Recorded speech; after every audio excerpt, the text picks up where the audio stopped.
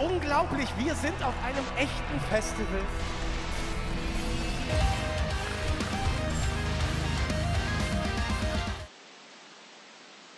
Spencer, thanks for having me. Thanks for being here. How are you doing? Doing great. Excited to play. Heard of Rock 'em Ring for years and honored to be part of the lineup. Have you seen the area? It's massive. It's massive, right? Yeah, it's huge. It's like a theme park. I It saw is. a roller coaster and stuff. Pretty It crazy. actually never worked. They set it up, but they never actually made it work. So, Guess we didn't luck out on that. I wanted to ride the roller coaster before the set. where we can ask them, maybe there's a chance. An exception. You will be playing at around 5 o'clock? 6:30, I think. 6:30, okay. Yeah. Would you prefer rain or sun today? Rain. Rain, right? We For like the dreary shit. And you've playing the Malta Festival with Bring the Horizon. How has that been? It was crazy. I had never admittedly heard of Malta. Really? And I just never heard of it, and then found out, an island off the coast of Italy sounds pretty cool. And we got there, and it was beautiful. The people were super nice, and we found out that people consider Malta the Hollywood of the Mediterranean because so many films are done there. Yeah. So Gladiator was filmed there, and U-571. So we made sure to check out some of the filming locations. It was really cool. Speaking of film, you've had a lot of cameos in your music videos before. What's your favorite one, if you can choose one? Wow. So many great people from the horror genre, like, Bill Moseley and Ricky Dean Logan. But the one that sticks out to me is because of the irony. We did a song about Stephen King's Pet Sematary that was made into a great film. And the most memorable scene in that movie for me and most people is when little Gage, the little boy, gets demolished by the huge truck, the semi-truck. And I thought, wouldn't it be so cool if we can get the little boy, the little actor that played Gage in the movie, to be in our video to play the truck driver that hits the little kid. So Miko Hughes is his name. He's a great actor. He was in not only in Pet Sematary, but Kindergarten Cop. He played Tom Hanks' son in Apollo 13, and he was so cool and so down to do it. So in essence, he was killing himself, killing his own character. So you actually reached out to all those people? Yes. Really? Nice. And they were very excited to do it, and everyone was really gracious on set, and we're about to film the next chapter, so to speak, of the Ink Horrorwood saga that is interlaced within our music videos. Okay. Yeah. If you could choose a film to play yourself in, which one would you choose? To be in? Yeah. It's pretty difficult, but I would probably say the original Scream from really? Yeah, from 1996.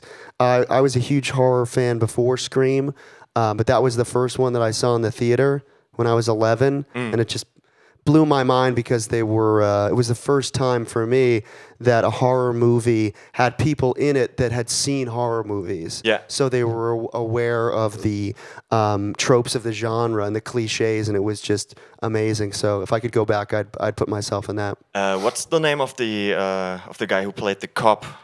Oh, David Arquette. David Arquette. Are you into wrestling? Yes, actually? he's great. Have you seen the documentary? Yeah, as I Am David Arquette or something like that.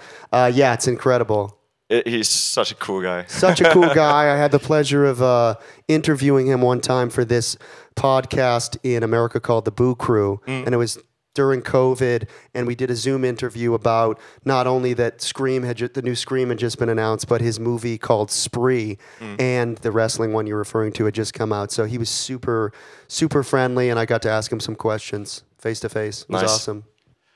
Did you actually know that your song Wurst Vacation, which is pretty German, it has this Rammstein vibe, that Germans actually don't really get it. Did you know that? They don't get what? Because in the German Hostel version, the villain is actually Spanish. Oh. And in your version, it's a German guy. Yeah, yeah. So when you say 1, 2, 3, die, we actually were pretty confused. Oh, yeah.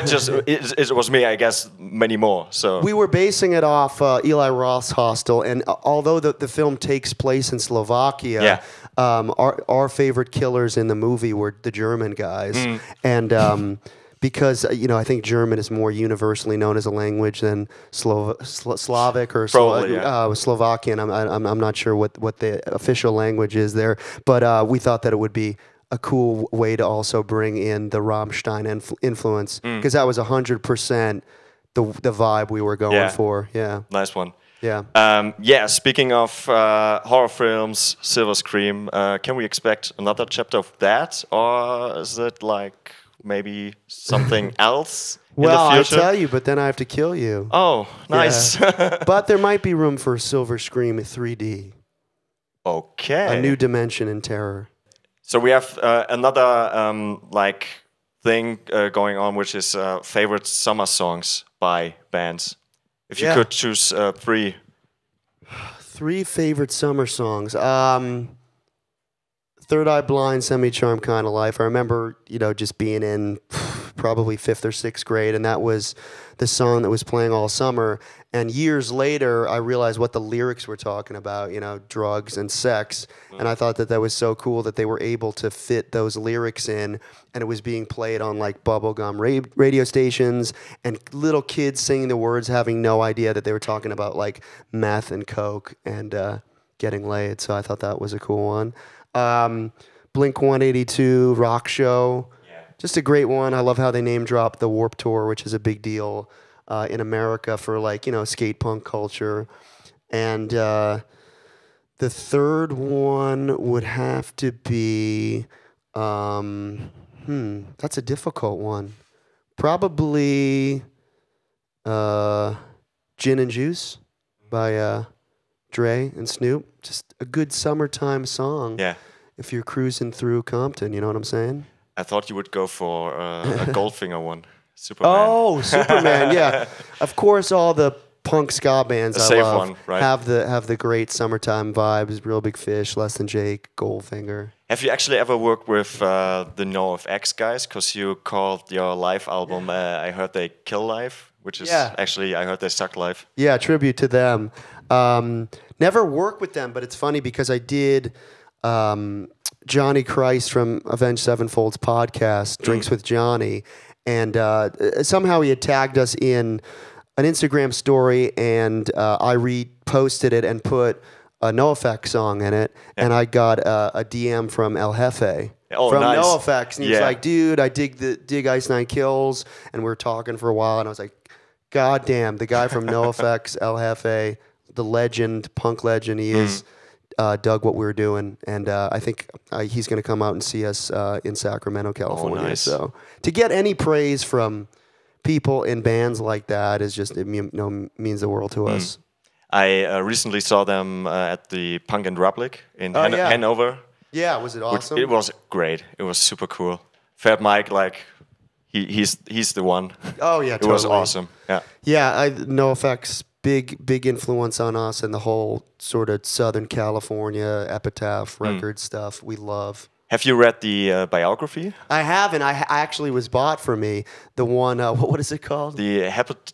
Hepatitis bathtub and stories, whatever. I heard it's pretty scandalous in there, so I gotta dig in. It's crazy. Yeah. It starts with the first time I was peed on my face or something like that by Fat Mike. When I read it in Mauritius nice. on holiday, I was sitting at the beach, my girlfriend next to me, and I read the first line. I was like, all right, okay. You're in for a good one. Yeah. Fat Mike is crazy, but he's a legend. Yes. Yeah, great songwriter. Thank you, Spencer. No problem. Thank you.